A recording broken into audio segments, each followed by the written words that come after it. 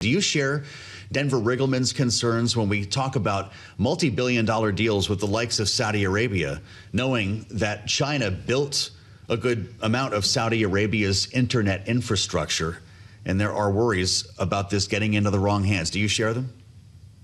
Well, absolutely. It's always a concern when we develop great technology here and then we export it. It's always a concern that it gets into the wrong hands. Because that's what the bad guys do. So I'm always concerned that the good work that we do here falls in the wrong hands, which is why we have to be extra vigilant in making sure that we protect our critical infrastructure here at home to protect against these foreign actors if they get access to this technology. Mr. Chairman, I know among the things that you're working on in this space is looking at Anthropic and their concerns that there was a Chinese hack of their AI technology. I'm wondering, where do we stand on that? Have you seen the evidence of that case? Well, we haven't. The federal government has not determined. FBI says they have not determined if it is if it was a Chinese backed attack. Anthropic did come out in its report saying that China was behind it. What I do know is it was the most aggressive use of AI in a cyber attack. We've seen AI being used by the bad guys in cyber attacks for years now, but this was the most aggressive use, and it is very concerning that it could just get worse. So one thing I've been talking about with the private sector, 85% of our critical infrastructure is held by the private sector, is controlled by the private sector, is if the bad guys are going to be using AI to attack us, we should be using AI, implementing that in our cyber defenses, because it's going to be impossible to fight this aggressive use of AI and cyber attacks by just human intervention and defense alone. So we have to step up our game. You need AI to beat AI. It brings us to, speaking of cyber and AI, some of the legislation that you're putting forth, Mr. Chairman. The Pillar Act supports state and local cyber programs, as well as strengthening cyber resilience against state-sponsored threats act that would create a joint task force focused on external threats, the likes of which we're discussing right now. Does this argue with the type of deal that we were just discussing between the U.S. and Saudi Arabia, or help to make it possible? Well, I think the second bill you mentioned, the one dealing with the foreign state actors, is hugely important because it's actually going to help us streamline our response to these attacks by our foreign adversaries. We kind of did this after 9/11, where we had intelligence agencies that were not talking to each other, and then after 9/11, we made them so they had to talk to each other and they had to share information. Now our cyber border is a new battlefield, and making sure that the FBI, CISA, other federal agencies are sharing information and sharing it also with the private sector, so we can protect against these foreign adversaries, especially when it comes to attacks on our critical infrastructure.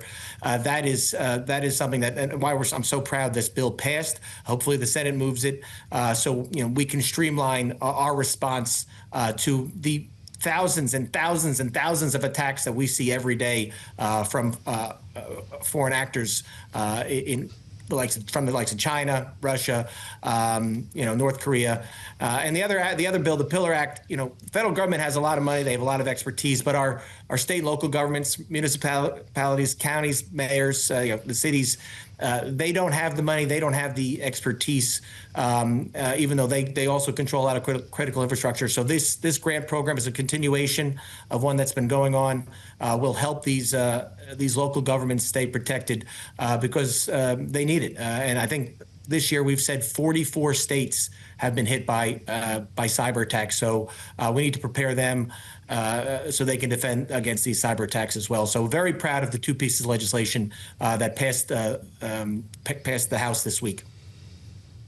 Well, Mr. Chairman, let's talk about the other side of the equation, too. Of course, as you're aware, the debate has been raging this year between the strict national security hawks and those who are taking kind of a more pro-tech stance. Some in the White House kind of are trying to find that nice middle ground there.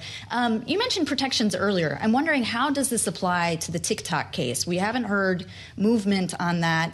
The Chinese, of course, said that they're ready to help resolve the issue.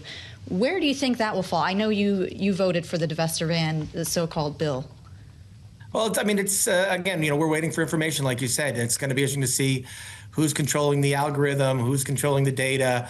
This is all questions that we haven't gotten the answers to yet, I understand that a lot of people want TikTok to continue, but I have major concerns over what happens with that data. So I'm going to save judgment on what I think of the final deal until I get some more information on it. But I am very concerned about who controls the data, who controls the algorithms, and it's something that myself and my colleagues are keeping a close eye on.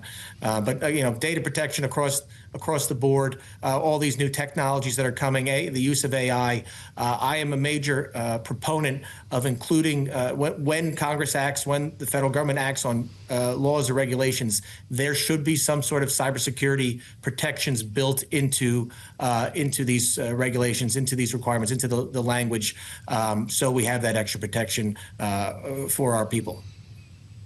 Congressman, tomorrow's a big day for New York here in Washington. As you well know, the mayor-elect Zoran Mamdani is going to be in the Oval Office for a meeting that he requested. The president has been talking about this on Truth Social, and just now the press secretary, Caroline Leavitt, said that a communist is going to be coming to the White House tomorrow. What do you hope comes from this meeting? What's this all about?